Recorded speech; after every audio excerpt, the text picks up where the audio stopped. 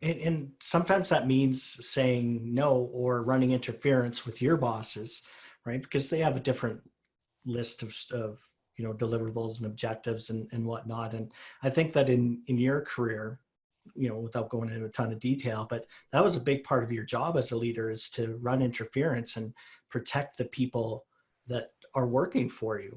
Would you agree?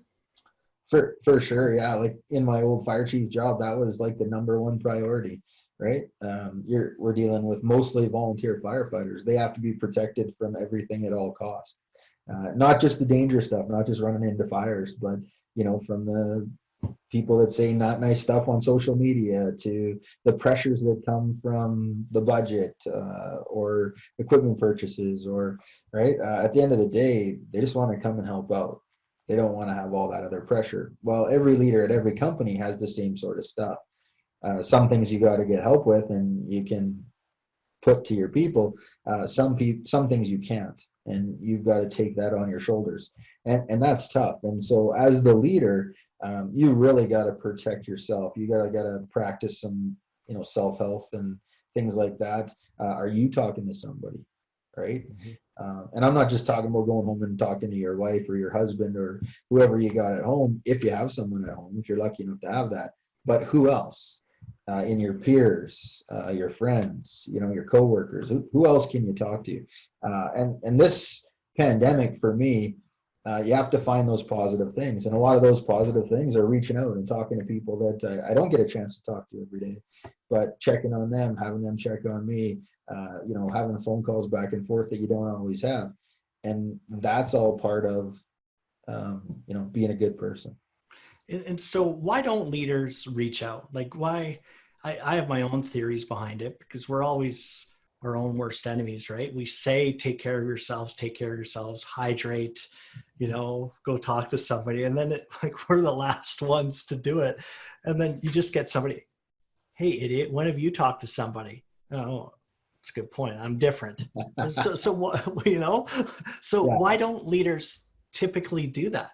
I mean, it's tough being at the top. We all know that, right? I mean, as a leader, I think you're so busy taking care of everybody else and making all those decisions and trying to keep the ship running that sometimes it gets away from you. I can tell you from my own experience that that's for sure happened to me in my career. You just get to that point where you really can't fix everybody's problems anymore, and that starts to crush down on you. And so then what do you do with that, right? And but it's important. I mean, you got to reset. And I'm not saying that you have to go away for a week. Right now that's almost impossible, right? So but you might have to take an hour and just say, hey, I'm not going to answer any phone calls for an hour. I'm not going to answer any emails for an hour. I'm going to go and do something different. I'm going to engage in a different way. Maybe I'm going to go for a run. Maybe I'm going to watch a TV show. Maybe I'm going to go play with my kids or walk my dog. It doesn't really matter, but you have to find those times to disengage. And I know that everybody thinks that there's times where everything is so important and everything has to get decided right now. But I can tell you that during a pandemic, there's times to take an hour for yourself. This is watching a train wreck in slow motion. Yeah. You absolutely know that it's going to be terrible at the end, but it's happening so slow that it's really hard to watch sometimes. And so Yeah. you got to take that time. So, and I think to add on to that, it's important that you tell people that you're taking that time, because as leaders, would you agree that we need to walk the walk? Again, if we're going to say something, we need to have the integrity to follow up. So if you are going to check out for an hour or two or a day, have the courage to say that, hey, I'm taking care of myself. Would you agree that that's also important? For sure. I can remember one of the toughest discussions I had during the 2011 fire was on day 6. We kind of got the word that everyone needed to take a break. And so everyone was going to be cycled out, 48 hours leave. And it was non-negotiable. And so, you can imagine to go in and, these people have been fighting a war for 6 days. A lot of them lost houses, their friends, their family. There was nobody that was untouched by this. And so, I just said, hey, we have to protect ourselves. We have to take care of ourselves. And so basically, I'm going and these people are going with me. and we're going, right? Mhm. And then when that's over, here's the next list. And when that's over, here's the next list. And it's non-negotiable. There'll be the people that stamp their feet and yell and scream, and you got to do what you got to do, and that's okay. I'll take it. But at the end of the day, I'm going to be the first one to go, and so there's no reason for anybody else to say that they don't have to go. And I think a lot of people, once you tell them to go, that's different than them voluntarily doing it, because you're forcing them. And to them, that gives them an out as well, right? Like, so there's a pride thing within that. But in my experience, just like yours, you have to tell people, put the bone down and walk away for a little bit. That is an order. And in fact, I've never had to be direct in any other circumstance going back until it comes time to tell somebody to take a break. Like, just if I rattle through my mind, that's when I've had to be heavy. And is that the same for you? It is for sure. And, I think in the big disasters that you and I are used to, um, you know, there's lots of people coming to help and things are going on, and there's windows to go and do that. The trouble with this one is that slow motion part. Mhm. It's really like we've been watching this train crash into a car for 2 months now. And every day you wake up and go, did it hit? No, not quite yet. And it's going to. And so it's really hard to disengage. I mean, another thing is, where do you go when you disengage?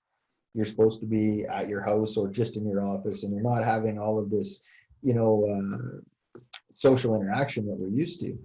You can't run away to Mexico for a week holiday. You can't go to Calgary for the weekend and hang out at the hotel. You can't, there's all these things that you might have been able to do that you can't do. So people are being forced to find other things.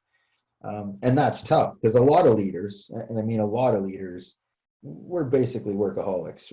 We love this. We're working every day, at least some. And when you tell us to stop, we're not that interested in that.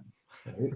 Right. We love to lead, we love to work, we love to do the job. We're dedicated, we're committed, we're into it. And so to leave and try and go do something else, what am I going to go do? Yeah, especially when, hey, Jamie, let's go for a beer. We can't. Can't do that, you right? know, and We can't go it over to our loses it. friend's house and hang out, and Right, right. we're Like, I sitting there guess you and talking I, at we each could other have on a, a computer. right. Yeah, that's it. So we should have done this over a beer, and That would taken have a been good. shot each time, or I don't know. So let's switch gears a little bit. I'm curious because, the Jamie of 2011 and 2020 is a different Jamie from a leadership perspective than new officer. So what was the new officer Jamie Coutts like in terms of leadership, if you even thought about it in that terms? And then I want to take us from there, and we'll fast forward, we'll go back to the future a little bit. And Sure. so you get on the job. What was leadership to you when you were young? I think even to that point, I'd come away from the deputy job, which is like purely operational, to the fire chief job, which is more administrative and less operational, where I am. And I really had no idea, I think, at that point, what leadership meant, right? I mean, I'd taken some classes and some university stuff, and I'd taken my fire training and read some books and read some magazines, but like true real leadership, I wasn't really given any training. I came up through the ranks, and really time was a measure of how good of a leader you were going to be, which is a terrible way to base, solely if you're going to be a good leader or not, right? And so I think that if I knew then what I know now, right? Hindsight is 2020, and it's fantastic. Um, you know, I think though also is maybe I wasn't open to hearing all those lessons, right? And why not? Yeah. Well, one was I was young. I was a young fire chief, right? I got a big position at a young age. Two, I think that well, I'll just throw it out there. Ego, turf, time, and money, right? That's one of my favorite things to talk about. And I don't think way back then that I understood that those four things had such big implications. And so Um, what were they again, just for everyone? ego, which I had a big one. Turf, right? Fighting all the turf wars all the time. Time, that you're in a race for time or out of time, and money. And money is always a powerful factor. If you took money out of the equation right now, everyone would stay home and it would be no problem, Yeah, true, right? true. Money is a big driver right now. How am I going to pay for everything I got? And so, what role did ego play as Jamie, the young leader? And just so you know, this is also Daryl, the young leader, but we're talking to you. I So, think it's, I think it's a lot of us, the young leader. At the end of the day, I think that I'd had a pretty good career up till then. I was a decent firefighter. I'd learned a lot of things at a young age. We'd had a lot of successes. We'd knocked a lot of fires down. We'd stopped a lot in their tracks. And I think that success builds a bit of, I think, that success builds an ego. And so whatever is going to happen, it's no problem. We got this. It doesn't matter if it's a flood or a fire or a car accident or whatever's going on. We got this. And so I'd had a pretty good career in a great fire department, and we'd crushed it. And so my ego was pretty big. mm-hmm. Yeah, and that's not an indictment by any stretch. I think that's completely normal, because I look at my own journey when I became a leader, or leaders, I'll use air quotes on that. It was always about me, right? It was about me being in charge. It was about me being able to do other, make decisions and look at me. Everybody supports me to a certain extent. And also too, I think we're all a product of our environment from when we, the model that we look to is typically our own leadership.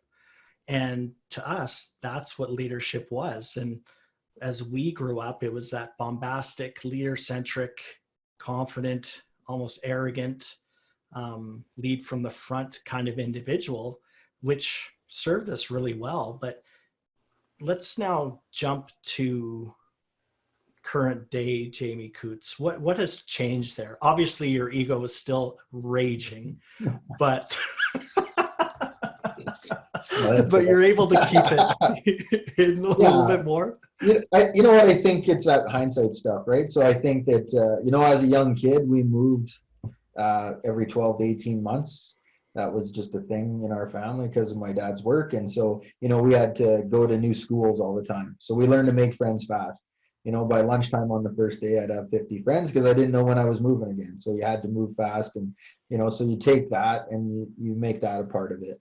Like really caring and really, but doing it quickly, right? So now when we get new teammates on the team, I want to know all about them, what's going on, who's in your family, how many kids you got, I learned that lesson young and I apply it better today. I think that you learn over time that there's always someone better than you, right? It's just how it goes. So instead of worrying about measuring yourself to that person, why don't you just measure yourself against how you were yesterday, last week, last month, last year? And as long as you continue to do better and learn and progress, I think that's good enough. And so maybe some of that's age, some of that's learning through these different things that have happened. But you really start to be able to look inside of yourself and say, hey, I got to do better, right? For me, I've had some really stressful times. And so I've had to go and figure out how to handle stress differently, right? To how am I going to move from one day to the next without letting that bottle up, right? Without feeling like I'm going to have the big jammer every second day. How do you handle that stress? How do you move forward? And so let's talk tactics around that, because that's an important point that we typically don't talk a lot about. So what does that look like for Jamie Coutts in terms of stress management? Because back in the day, it was just go for beers, don't talk about it, and do your next call. But what does it look like now? For me, hobbies. I think I had to go out and get some hobbies, some stuff that I could do that wasn't work, right? I'd be the first one to tell you, workaholic, 7 days a week, 12, 14, 16 hours a day, and wishing the days were longer so I could do more, right? So taking more time off, taking time with my family, finding some ways to, it might sound weird. Some people drink, some people do other stuff. I like to watch a couple hours of TV. I like to disengage from this world and move into another world and kind of get my brain on that, and then go to bed and not be thinking about work. I think that I would always cheat my sleep schedule, right? So if I was working 16 hours, then I'd say, okay, that's okay, because tomorrow I'll sleep in. And so I'd like sleep in 2 extra minutes, and that was good enough, right? So, now I make sure I get my solid 6 every night, and go from there. Exercising was a huge one, and I don't want And to. even when you talk about time off, it's got to be guilt-free time off, right? And I think, correct me if I'm wrong, but that was a big part of it too, where it's one thing to take your time off. I'm not working, but you're still on your phone, Exactly. at least even monitoring email. But now it's probably, at least for me, when I'm checked out, I'm checked out. And I also know that I'm not so arrogant to think that just because I'm not there, things aren't going to run well, but Exactly. um, when I take my time off, it's relatively guilt free. And what are your thoughts on that? Would you agree? No, I think that it's yeah, guilt free is a good way to put it, right? I mean, you put an hour into a workout, that's for you. It's to make you better, healthier, a better person, ready to Mm-hmm. go. So you can't feel guilty about that. I think that people may try, outside influences may try to make you feel guilty, that you're not the first one there and that you don't stay till the end. But some of that's just in your head too, right? And so we got to find that way to balance that. I get paid this many hours. I don't mind donating this many hours in a week, but the rest of the time I got to go and find something else to do, right? If you live, breathe, and die for work, that's exactly what'll happen. All your memories and everything that you do will be about work.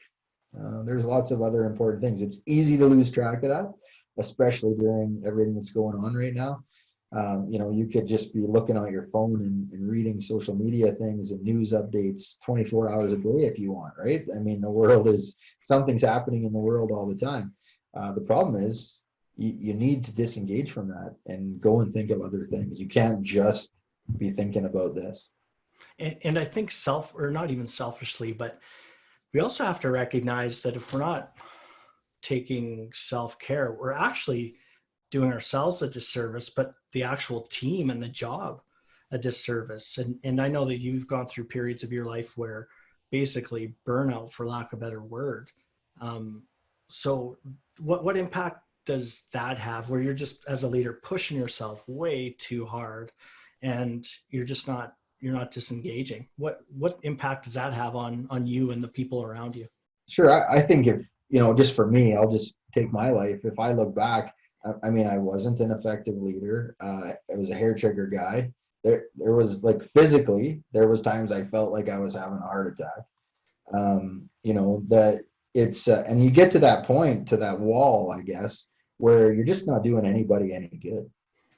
And so you got to make a change. You got to change the way you are, right? And so for me, I think as I went along, a lot of the things that I heard people say were, well, you're not the same guy anymore, right? You don't act like you used to act. And so that bugged me, because Mm. I liked being the person that I was. And so as that changed, I really didn't like that. I didn't want to change. I didn't want to become all about work and become this leader that, basically those leaders that I despised all my way up, right? Mm-hmm. I wanted to be a good guy that cared and was building a team and cared about the team. And so, I think you gotta, as a leader, decide what kind of leader you want to be and stay true to that.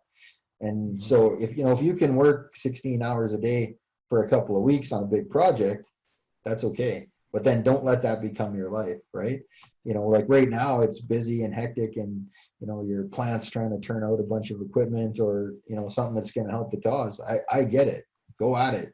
Use that drive, use that dedication and commitment, but you can't do it forever. And Yeah, this really is a slow motion thing. It's not, you know, it's a marathon, right? And so I don't want to lose sight of the fact when you said be the leader that you would want to be. So how important is it for people to be deliberate with regard to what kind of leader do I want to be? Um, yeah, what is it? What do you think about that? Like, does it matter if I sit down and say I want to be one that's respected? Like, who cares? Doesn't it just matter that you're doing the job? Yeah, to me it matters, right? To each person you have to decide. Some people get off on being the jerk that nobody likes, that runs around yelling at everybody. That's not my way, but each person has to find their own way. And so for me, each time in my life that I went on and I lost my way, I wanted to get back to how I wanted to be. And there's lots of different ways to lead.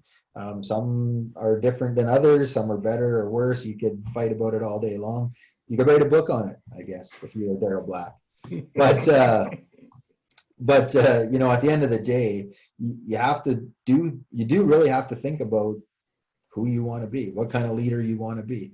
And, these things, doesn't matter if it's a disaster or a pandemic or a flood or fire, the type of person you are will just come out. It'll be louder and bigger than ever before during these kinds of things. And so, if you're already that guy that yells and screams and micromanages and everybody hates, this isn't going to make it better for you. Right? There's that saying that says absolute power corrupts absolutely, but in my opinion, power amplifies what you are, just kind of like money, right? So I think the takeaway there is to really be deliberate on what kind of leader and person you want to be, because then, correct me if I'm wrong, but that becomes your North Star, right? So when you have lost your way, to like what you had said, the reason people stay off the path is because they don't know what right looks like. And so from a leadership perspective, Jamie, what does a leader, in your opinion, because you're right, it varies, but what does a leader have to be somebody that others want to follow? I think it's a few things, Daryl. I think you got to look at what kind of team do you want, right? What kind of team are you trying to lead? Is it a small team, 2 or 3 people? You're running a small coffee shop. Is it a big team, a couple thousand firefighters? You're running a big city fire department. Is it and so in whatever you're trying to do, what kind of team do you want? Right. And so, you probably want people that are dedicated. You probably want people that are committed to what you're doing. You probably want people to show up on time. You want them to do a good job. You want them to care. Well, if you want all of that from your team, you need to be that as the leader, right? Mm-hmm. Everybody else shows up at 8, you come in at 9, you're not really showing them much, right? Especially when you give them crap for being late. Like, hey, I heard you were in at 8:05, when meanwhile you stroll in exactly. with a Starbucks. Even if you're the owner or you have this ultimate power as the leader, there's still some responsibility to lead the way that you want your team to be, right? And so if you want to be respected, you have to be respectful, right? Mm-hmm. It's not everybody gets some with a title, but it stops at some. You got to earn the rest just like everybody else. Right? It doesn't matter if you're the prime minister or the president or the king or queen of your country, you get some for that. But then if you don't do a good job, you're still going to get crapped on, right? And so as a leader, it's the same sort of thing. How do you want your team to run? How do you want your company to run? How do you want your organization to run?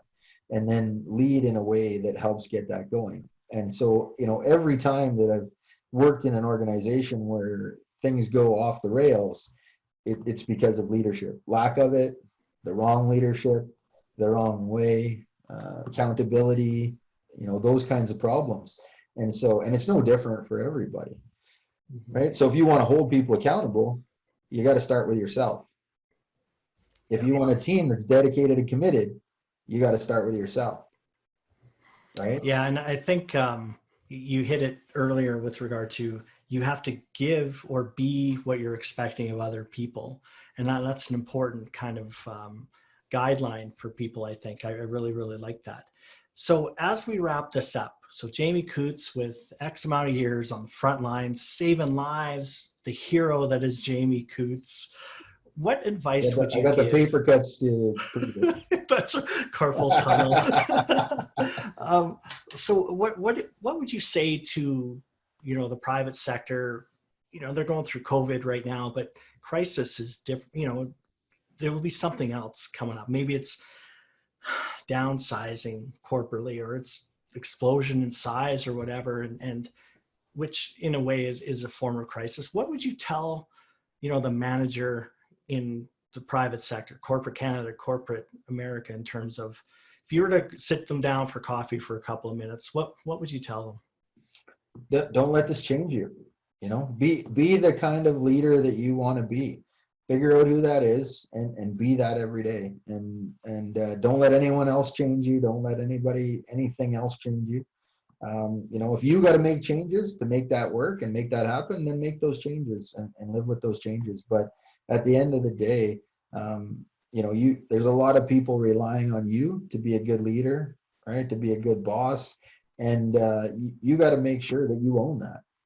Leadership it's tough. It's tough every day. You got to get up and drag your butt out there. And on the good days, it's easy.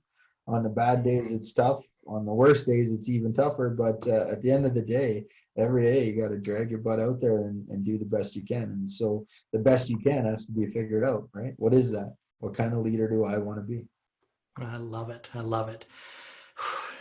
Mr. Coutts, my friend, fantastic. Thank you very much for being so open and insightful.